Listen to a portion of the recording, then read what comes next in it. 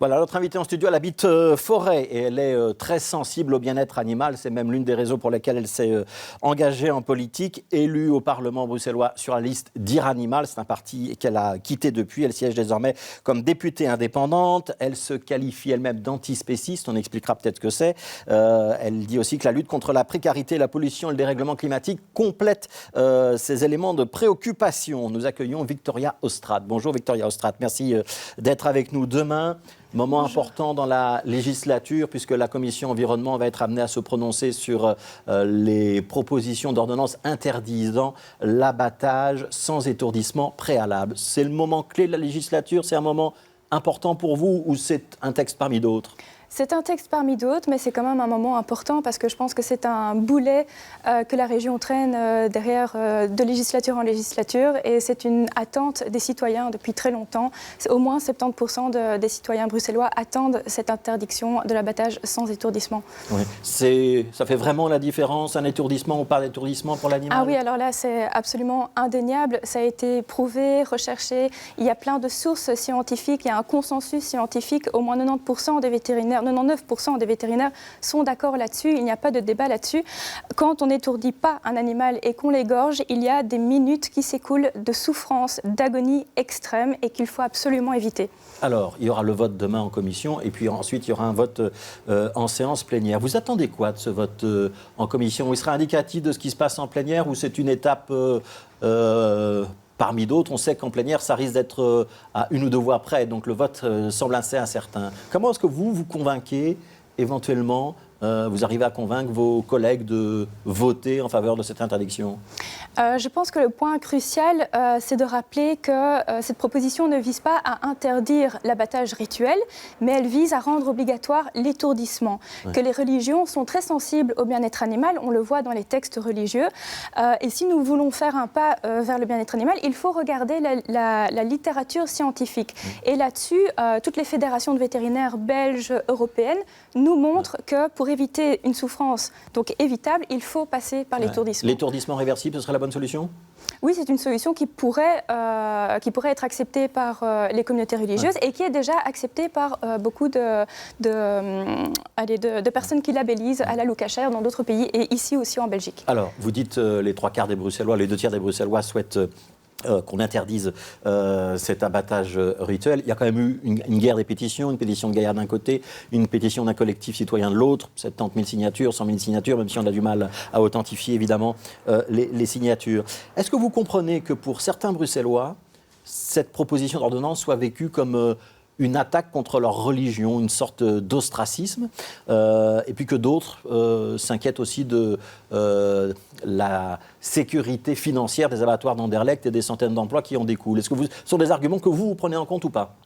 Alors, je comprends tout à fait ces arguments parce qu'effectivement, on ne peut pas nier le fait que ça a été instrumentalisé d'un côté et de l'autre. Ça a été instrumentalisé par les xénophobes, ça a été instrumentalisé par d'autres partis qui ont essayé de monter un peu les citoyens bruxellois l'un contre l'autre, alors que tous les citoyens bruxellois, qu'ils soient religieux ou non, veulent plus de bien-être animal et ils sont d'accord là-dessus. Et quand on communique avec les communautés religieuses, il y a une forme d'ouverture quand on parle avec eux en coulisses. Ils veulent plus de bien-être animal. C'est le but aussi de leur religion. Ce n'est pas ce qu'ils disent tous et ce n'est pas ce que disent tous les députés. Les centaines d'emplois menacés à l'abattoir d'Anderlecht, ça vous touche ou pas ? Ça me touche, mais il faut savoir qu'il y a un permis d'environnement qui vient à expiration en 2028. Donc l'avenir de l'abattage à Anderlecht est de toute façon incertain, peu importe qu'il y ait une obligation d'étourdissement ou non. Et puis de toute façon, de manière générale, ça remet en cause aussi l'abattage. Il y a le nouveau plan Air, Climat, Énergie qui vient de sortir et qui prévoit que d'ici 2050, la consommation de viande des Bruxellois devra avoir diminué de 50%. Je pense que ce n'est pas suffisant, ce n'est pas assez rapide, mais c'est quand même un signal qui montre un peu l'évolution vers laquelle on va. Ouais, c'est-à-dire que vous souhaiteriez qu'on devienne tous végétariens ? Oui. Oui, c'est clair.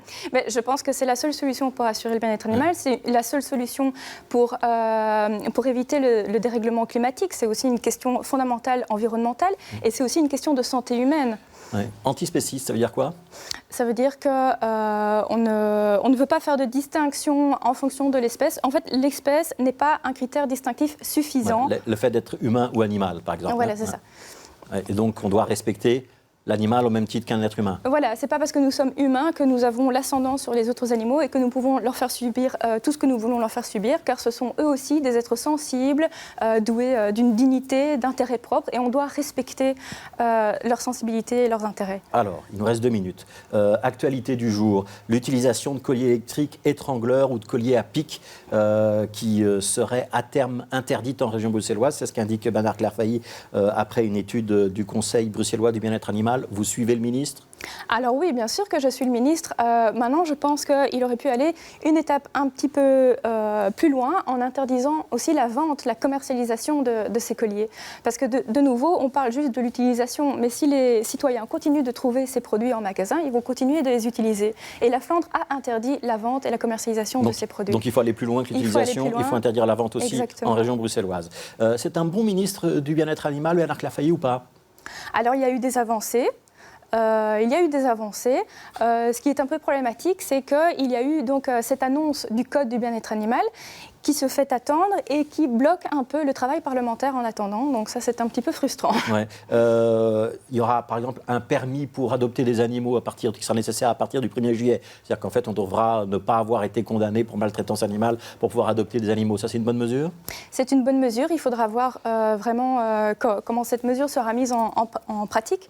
Parce qu'au niveau de la Wallonie, on voit qu'il y a quelques freins, quelques problèmes dans les rouages. Et donc, il faudra prendre en compte l'expérience wallonne. Ouais. Interdire les animaux sans laisse dans la forêt de Soignes, c'est une bonne idée ou pas une bonne idée ?